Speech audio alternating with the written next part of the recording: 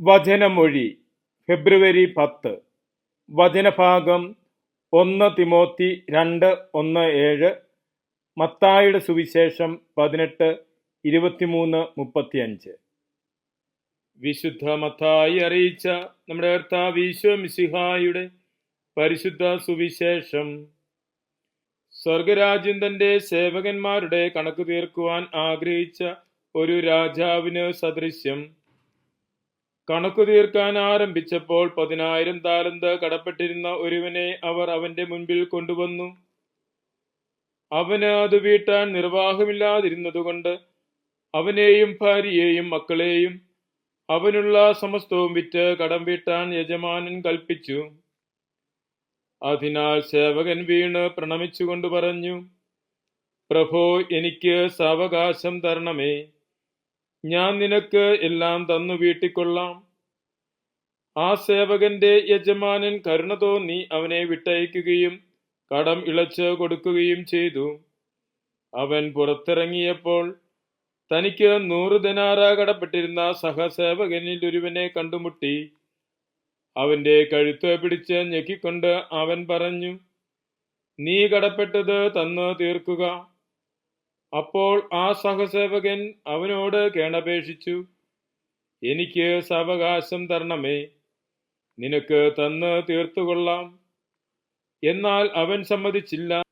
മറിച്ച് അവൻ പോയി കടം വീട്ടുന്നതുവരെ അവനെ കാരാഗൃഹത്തിലേക്ക് തള്ളി. അതിനാൽ അവന്റെ സഹസേവകർ സംഭവിച്ചത് കണ്ട് ഏറെ സങ്കടപ്പെട്ട് യജമാനന്റെ അടുക്കൽ പോയി നടന്നതെല്ലാം വിവരിച്ചു. യജമാനൻ അവനെ വിളിച്ചു പറഞ്ഞു, ദുഷ്ടനായ സേവക, നീ എന്നോട് കേണപേക്ഷിച്ചതുകൊണ്ട് ആ കടമെല്ലാം നിനക്ക് ഞാൻ ഇളച്ചു തന്നു. ഞാൻ നിന്നോട് കരുണ കാണിച്ച പോലെ നീയും നിന്റെ സഹസേവകനോട് കരുണ കാണിക്കേണ്ടതായിരുന്നില്ലേ? അവന്റെ യജമാനൻ കോപിച്ച് കടം മുഴുവൻ വീട്ടുന്നതുവരെ അവനെ ദണ്ഡകർക്ക് ഏൽപ്പിച്ചു കൊടുത്തു.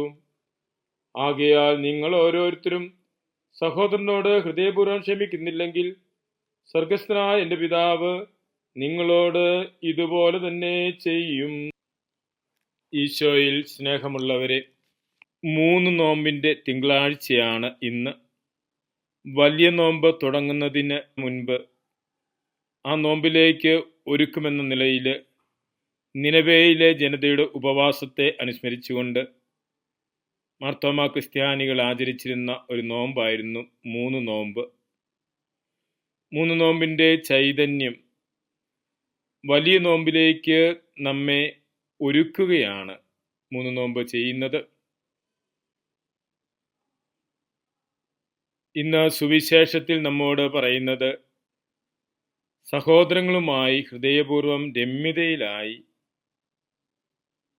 മനസ്സിനെ ഒരുക്കി ജീവിതത്തെ നയിക്കുവാനാണ്. ദൈവത്തിൽ നിന്ന് ദൈവത്തിൻ്റെ കരുണയും കൃപയും യാചിക്കുന്ന അവസരമാണ് പ്രത്യേകമായി വലിയ നോമ്പ്.